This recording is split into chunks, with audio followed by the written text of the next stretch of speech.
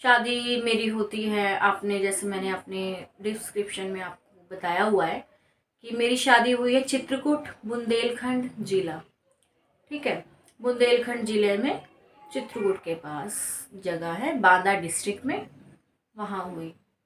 तो भाई शादी होती है 5 तारीख को, 6 तारीख को विदाई होती है, आप जाते हो। ठीक है, आप विदा करके अपने ससुराल में जाते हो। तो ससुराल पहुंच गए। ससुराल में टाइम स्पेंड होते हैं, दिन गुजरते हैं। वो जो दिन होते हैं ना, शायद ही ऐसी कोई दुल्हन होगी जो उन दिनों को एंजॉय ना करती हो। तो वो मेरे साथ हो रहा था। क्योंकि मैं उन दिनों को एंजॉय तो नहीं कर पा रही थी। कहते हैं कि नेक्स्ट टाइम आपके एग्ज़ाम्स थे, पूरे साल की स्टडी होती है, आपको एग्ज़ाम भी देने हैं। और शादी में पता नहीं इंजॉय करती तब करती ना जब मेरा भी मन होता भाई। मुझे भी बहुत खुशी होती, जैसे किसी किसी को होती है, मैंने देखा है, बहुत गर्ल्स को देखा है, बहुत खुशी होती है। तो मेरे साथ ऐसा नहीं था। मैं अपने दिन गिन रही थी कि मुझे यहाँ कितने दिन रहना है। तो मैं अपने हस्बैंड से, मतलब जब वहाँ पर क्या होता था ना, जैसे मुंह दिखाई होती है, सबके साथ होती होगी मुंह दिखाई की रस्म। तो मुंह दिखाई के बाद मैं अपना फ़ोन ले गई थी। ठीक है, उस टाइम फ़ोन बहुत चलते थे। फ़ोन में मैंने क्या कर रखा था ना, जैसे मेरी बुक्स होती थी, उसके स्नैपशॉट्स ले रखे थे। तो जब मुंह दिखाई, भाई आप सबके साथ बिजी रहते हैं। जैसे मुझे जरा सा भी आधा घंटा, पौना घंटा, 15 मिनट, 20 मिनट, जब जब मुझे बीच में एग्जाम वाला जो होता है ना, एक टाइम सा स्टडी वाला, सब लोग सोते थे, मतलब जो आफ्टरनून में सब सो जाते थे। जितने भी रिलेटिव्स आते हैं भाई, पूरे शादी वाले घर में आप जानते हो सारे रिलेटिव्स होते हैं, तो वो सब सो जाते थे। सोने के बाद मैं जब अपने रूम में आती थी, क्योंकि भाई बहुत सारे रस्में होती हैं, रिवाज होते हैं, उन सबको फॉलो करने के बाद आपको एक रिलैक्स होने के लिए टाइम दिया जाता है। तो शायद आज मेरे सारे जितने भी मेरे ससुराल के रिलेटिव्स होंगे ना, सब सुन रहे होंगे। तो ये सच्चाई मैं आज बता रही हूँ आपको। तो जब टाइम मिलता था ना, तो मैं क्या करती थी, तो मैं सोती नहीं थी। मैं लेटा तो करती थी बेड पे, लेकिन बेड पे लेट के भी मैं अपनी स्टडी करती थी। और कैसे करती थी? फोन के थ्रू। सच में जिसने फोन बनाया ना, उसको सल्यूट है कि उसने फोन बनाया है। और जब मैं स्टडी करती थी ना, तो मेरे हस्बैंड कहते थे, अरे तुम थक गई होगी, अभी अब आप जानते हो न्यू न्यू ब्राइड हो और वो ससुराल में हो। तो और सबसे मेन बताऊं, मेरे अब चलते ससुराल। मैं ससुराल गई। ससुराल जाने के बाद ना, जैसे जैसे मैंने अपना स्टडी धीरे धीरे मतलब करती थी, जो भी टाइम मिलता था छोटू मोटू सा मैं कर लेती थी। उसके बाद रस्में हुई, रिवाज हुए, सब हुए। फिर दिल्ली से फोन आया कि भाई विदाई, चौथी पग फेरे की विदाई कब होगी। तो मन में ना एक बड़ी सी लहर जाग गई कि अब मुझे थोड़ा सा, मैं अपने घर जाऊंगी तो वहाँ स्टडी कर पाऊंगी।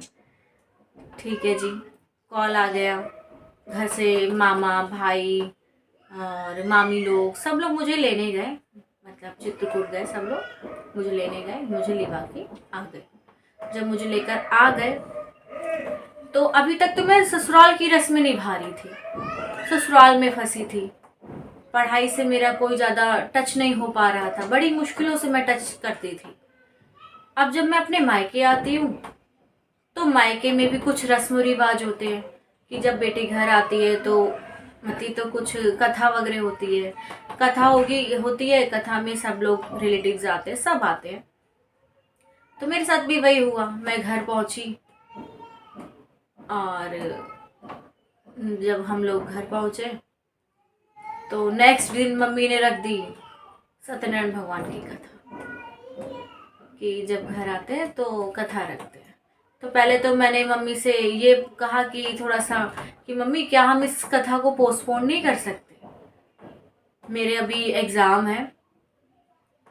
तो मम्मी कहती नहीं, पोस्टपोन नहीं होती है, और ये सारी रस्में निभानी होती है। एक दिन कथा हुई, एक दिन गीत वगैरह हुए, और मतलब बहुत सारी चीज़ें होती है, तो आपको मतलब अपने लिए शायद ही टाइम मिलता हो, ऐसा वाला था। तो मैंने कहा ठीक है भाई, जैसे तैसे मतलब दिन गुजरे। तो उसके बाद दिन गुजर ही रहे थे, नॉर्मल सा 1 वीक बस हुआ ही था। 1 वीक में भी 1 डे अनकम्प्लीट था। तो जैसे 1 डे हो जाता तो 1 वीक कंप्लीट हो जाता। तो सैटरडे रात फ़ोन आ गया 10 बजे कि खबर आ गई कि मेरी सासू माँ एक्सपायर हो गई है। अब भाई ये तो बहुत बड़ी दुख की बात थी मेरे लिए भी, और मेरे ससुराल की सारी फैमिलीज़ के लिए भी, और मेरे मायके वालों के लिए भी। लेकिन बस सबके मन में एक मतलब वो कहते नहीं कि एक वो रहता है कि चलो उनके मन की हो गई, उनके मन की हो गई, उन्होंने जो चाहा था वो हो गया। तो अब उनके मन की हो गई थी। उनमें बताया गया कि सासू माँ एक्सपायर कर गई हैं, अब वो नहीं रही। तो क्या था, मैं बहू थी, नई नई बहू थी, तो कुछ नहीं था। मायके से प्रेशर, भाई ससुराल वाले भी चाहते थे नई बहू है तभी तो खबर की है कि वो भी आए, आशीर्वाद ले उनका। लास्ट समय का आशीर्वाद बहुत अच्छा होता है और सबको लेना चाहिए। मायके की साइड से मम्मी ने पापा ने कहा कि चलो ये दुख की घड़ी है और तुम्हें भी जाना चाहिए। मैंने कहा ठीक है, और क्या कहते, यही कह सकते कि चलिए।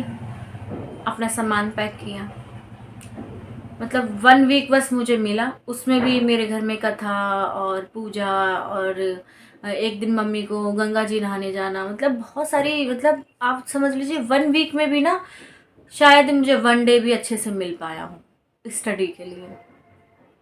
तो हम लोग चले गए। अब वहाँ जाते हैं, पूरे रात सफ़र वफ़र करके सुबह पहुँचते हैं। सासू माँ के अंतिम दर्शन वगैरह करते हैं। करने के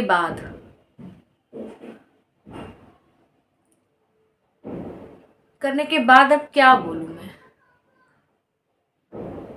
कुछ मतलब समझ में नहीं आ रहा था क्या करें। वो कंडीशन ऐसी थी। फैमिली जो थी मेरी बहुत ही अच्छी है, ससुराल की फैमिली बहुत अच्छी है, मायके की भी अच्छी है। लेकिन क्या होता है ना, दोनों फैमिली में एक अंडरस्टैंडिंग हो। जैसे मैं उधर से बहू थी, इधर से बेटी थी, तो किसी ने मेरे बारे में नहीं सोचा। किसी ने नहीं सोचा कि इसके एग्ज़ाम्स हैं, इसका सपना है, इसको आगे बढ़ना है, किसी ने नहीं सोचा। फिर सब ने मतलब सब लोग, जो लोग दिल्ली से गए थे मेरे साथ, सब मतलब वापस आ गए, और ससुराल वालों ने मुझे वहीं रोक लिया, और घर वालों ने भी कहा कि नहीं तुम्हें यहीं रहना है। फिर क्या था, ठीक है हम रुक गए।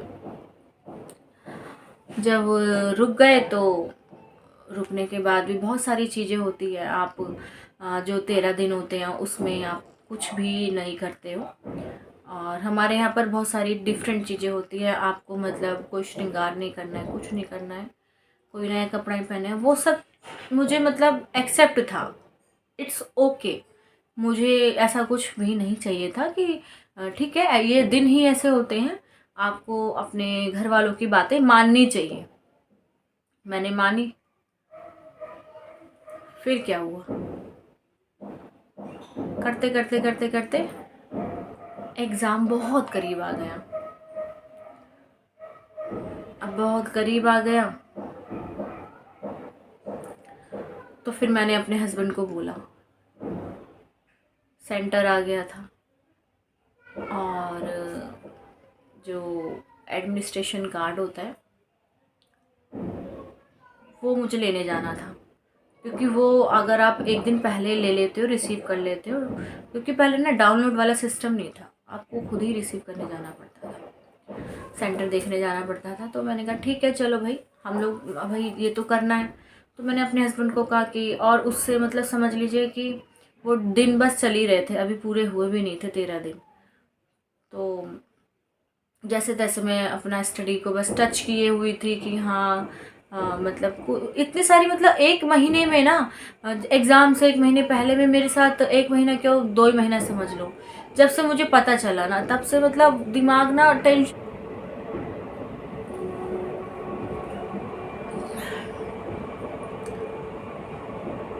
तो मिस्टर इंडिया ने मेरी बात सुनी और जैसे कि मेरे सासू माँ की जैसे 13वीं जो बोलते हैं वो हुई। जिस दिन 13वीं थी उसी दिन हम लोगों ने फिर टिकट कराया, क्योंकि 13वीं के नेक्स्ट डे से भी नेक्स्ट डे, 13वीं से मतलब एक दिन बाद, 13वीं जिस दिन थी उस दिन हम लोगों ने मतलब टिकट करा के हम लोग दिल्ली पहुंच गए। दिल्ली हम लोग सुबह पहुंचे 8 बजे 9 बजे करीब, यही टाइम था, ऐसे ही टाइम रहता है। तो इस टाइम पहुंचे, वहां पहुंचने के बाद हम लोगों ने, मतलब भाई ये तो दामाद जी थे, ये तो शादी के बाद फर्स्ट टाइम गए थे, और मेरा क्या था, मैं तो घर की थी। तो मैंने कहा भाई आप इन सब की आवभगत करो। मैंने फटाफट से अपने मतलब कपड़े चेंज किए, अपनी फ्रेंड है मेरी एक, उसको कॉल किया कि मुझे मेरा एडमिट कार्ड लेने जाना है और चले। तो हम लोग, उसने बोला कि हाँ चल मैं फ्री हूँ, वैसे तो मुझे भी स्टडी करनी है, लेकिन ठीक है तेरे साथ प्रॉब्लम है, अभी अभी तू ससुराल से आई है, और चल ठीक है तू चल। आप ये लगाओ मेरे हाथों की मेहंदी भी नहीं छूटी थी, हल्की हल्की भी थी, मतलब ऐसा था, क्योंकि ये सारी चीज़ें ना 1 मंथ के अंदर अंदर हो गई, एक महीने में सब कुछ, लाइफ होच पोच हो गई थी मेरी। तो मैं गई, अपना एडमिट कार्ड रिसीव किया, सेंटर वेंटर पता चल गया। अब नेक्स्ट डे मेरा एग्ज़ाम है। घर में दामाद जी आए हैं पहली बार, दामाद जी से मिले इतने सारे रिलेटिव्स ना, उनको तो भाई खुशी थी कि वो सॉन्ग है ना, दामाद जी अंगना में पधारो, दामाद जी लागे सबसे न्यारो, तो वो वाला हाल था। तो ठीक है, दामाद जी का बड़ा स्वागत हुआ, आवभगत हुई, सब हुआ। और नेक्स्ट डे मेरा एग्ज़ाम होता है, तो फिर ये कहते हैं कि ठीक है तुम अपने एग्ज़ाम में फ़ोकस करो। और फोकस कैसे करते, घर में इतना होच पोच, इतना चहल पहल, कोई डीजे बजा रहा है, कोई दामाद जी को नचा रहा है, कोई दामाद जी को कुछ खिलाने के लिए लेके जा रहा है, कोई सामान ला रहा है, ऐसे माहौल में आप क्या करोगे। और आप भी भाई टायर्ड हो, आप भी जैसे सफ़र करके आए हो तो टायर्ड तो होना ही होता है ना। तो मैं भी टायर्ड तो थी, लेकिन चलो कोई बात नहीं। तो बस जैसे तैसे वो दिन गया। नेक्स्ट डे अर्ली मॉर्निंग उठी, उठ के अपनी बुक उठाई और एग्ज़ाम देने गई।